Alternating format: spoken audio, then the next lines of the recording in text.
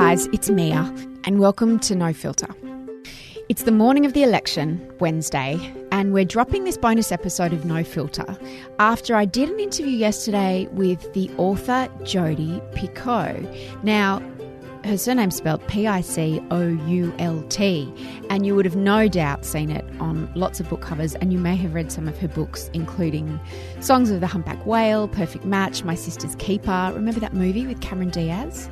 She's got like 24 books. She came in to talk about her new book, Small Great Things, but you'll be shocked to hear that I just basically wanted to talk about the election and Hillary and Trump and America. And a lot of it ties into the themes in her new book, Small Great Things, which are actually about racism. We're going to drop the full interview with Jodi in a few weeks' time, but we wanted to drop this episode today so that you could get in the US election spirit and get a little bit of an insight into someone who's got such great knowledge and feelings and experiences deep within American culture. So enjoy this interview with Jodi. We're going to be recording a special episode of Out Loud, and I've already chewed all my nails to nothing. I can't even speak. Listen to the interview, enjoy it, and go Hillary. How do you feel about being away from America at a time like this? I couldn't be more propitious, could it? I mean, it's a good time to not be in America. We are obsessed. We've got Hillary Pantsuit Day tomorrow. See? We are getting dressed up, the office. I love it. We've got the Hillary Situation Room set up in there. Thank God. Why am I not here tomorrow? I'm bringing my kids in. That's great. For this historic moment. Well, God. It better be historic. It better be historic. Pretty terrifying Can right you now. give me some reassurance? Because No. it's the day before the election. Polls open in how many hours? About 12? Probably no more. No, Probably less. about 20. Not even that much, because some of them will open at 9 a.m. Yeah, it'll be early. Polls open soon. Yeah, but a lot of people have been voting. I mean, we have a lot of early voting. And did they all vote for Hillary? Please say. I don't know. I mean, they don't tell us these things. I don't get special memos from the government or anything. It's really scary, honestly. It's really scary. And it's not a sure thing by any means. No, it's not. What do you think is going to happen? I am hopeful that America will come to its senses. What I really think is this. My son's actually working for a senatorial campaign now in New Hampshire. That's we're one of the most contested states, and we could change a Republican senator into a Democratic one, which would be very awesome. Wow. It is literally a dead heat. So I don't know how that's going to go down. And I think a lot of the down ballot issues are going to depend on who turns out to vote. But what he reminded me, I was telling him how sick I was of answering the phone, because we get polls every night in New Hampshire, like 3 or 4 up until 11 p.m. Also, people are ringing you saying, who are you voting for? Exactly. Do you just answer the phone and go, Hillary, and then hang up? Usually I don't answer the phone. And so I said that to Jake, and he said, always answer the phone. I said, why? He goes, because the people who are answering the phone are the people who are old or crabby or have nothing better to do, and many of them are voting for Trump. So the polls could be skewed, but we won't actually know that until people get out into the I was voting listening booths. today, you can maybe explain this to me. They were saying that the Latino population is very hard to poll. Why is that? I don't know why that is. I do know that the turnout, the early voter turnout, has been in record numbers with Latinos, and they are voting all for Hillary. They have to. Yeah, they have to. It's interesting, and also people were saying that a lot of people are scared to tell pollsters who they're voting for. Right. Is it always like that, or is this election a particular hotbed of This election is fear the and most anger? ridiculous election I have seen since I turned 21 and started voting, because nothing is being decided on issues. No one is discussing the issues.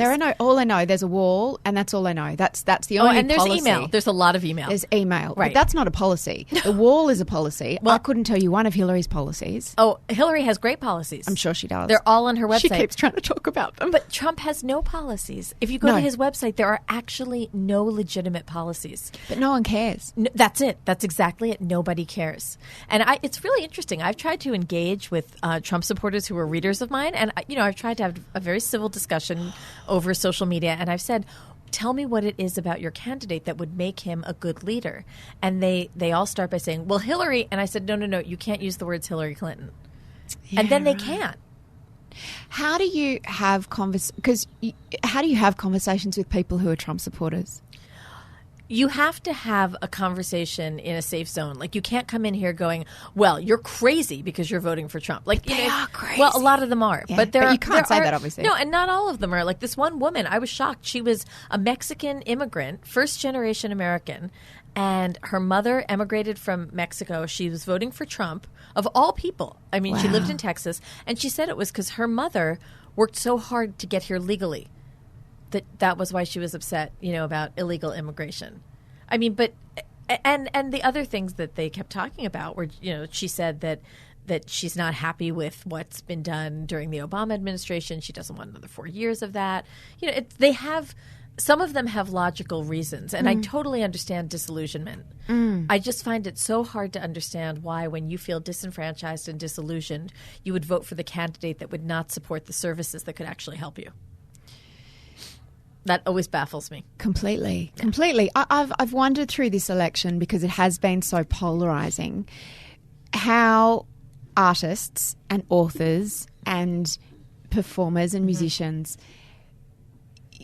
who have got or potentially have Trump fans amongst have you come out, or have you been fearful of coming out and saying I'm for Hillary because you can't afford to alienate people who are going to buy your books? There are very few people who don't know my political leanings or know all that of I your have books strong are socially opinions. progressive. Yeah, I don't think it's any terrific shock that I'm a Democrat. Yeah. But on the other hand, there have been people who've said things to me like, I don't understand why you put your politics into your books, or you made a comment about George Bush Senior. It's in Leaving Time. There's this. It's a great story. It's about George Bush Senior has his arm around Serenity Jones, a character who's a psychic, and he has his hand right on her boob. And I have gotten a lot of nasty email from Republicans saying, he's such an upstanding gentleman. Why would you say that? Well, the reason I said that is because when I met President Bush, that's what he did to me, and I have that picture in my office. Wow. So, once I tell them that, then they kind of go, oh. It's research-based. Right, exactly. But honestly, every person who is an author or an actor or a filmmaker, all the people in the creative world that I know have all come forward and taken a stand because they have a platform and they have people listening to them. And if you can get even one undecided person to change their mind, then, maybe you've done some good. John Green, the YA author, was making phone calls to undecided voters this weekend. So, Jodi, where's Oprah? Oprah's for Hillary. She's barely for Hillary. Well, she did say that. Didn't she say, you may not like her? Yeah, under sufferance. It was the most half-assed, half-hearted endorsement I've ever heard, which was shocking to me. And if you go on her Instagram, there's pictures of her cookbook, there's pictures of her favourite things list are out. Right, but not this. And it's like, could it be more in her bullseye? It's a man who insults people for their race, for their gender, for their weight, all things she's been so outspoken about, and she's nowhere. I don't know. Oprah has never spoken to me personally. I have no idea what she's holding up for. I mean, honestly, the biggest advocate for Hillary Clinton has been Michelle Obama. Hasn't she been extraordinary? I don't know if you've seen the speech she gave. Absolutely. This morning. Oh, no. Did she give another one this morning? She did. And no, she I gave was on it. A plane. Well, no excuse. She gave it next to Obama and Bill Clinton. And it was like two of the greatest orators of our time. She blitzed them both. She's incredible. Blitzed them. She's better than her husband. Her speech in Manchester, New Hampshire was amazing. And she hasn't said Trump's name once in a year. I know. She's been on the trail for a year. Her opponent, the candidate. I love her. I love her She's so incredible. much. If you want to buy a book mentioned on No Filter, go to apple.co/Mamma Mia, where you will find every book we talk about on any of our shows in one place. If you're not bored of me yet, I also have a newsletter. It's called No Filter, but it's different to the podcast. Each week, I email out to all my subscribers a list of all the stories I've been reading during the week from all around the internet, my favourite picks of what I've been reading, my favourite podcasts, what I've been wearing, just bits and pieces. It's just like a little bit of a mini download from my brain. So if you go to miafriedman.com, you can subscribe there. This podcast was produced and edited by Eliza Ratliff. Our executive producer of podcasts at Mamma Mia is Monique Bowley, and our head of entertainment is Holly Wainwright.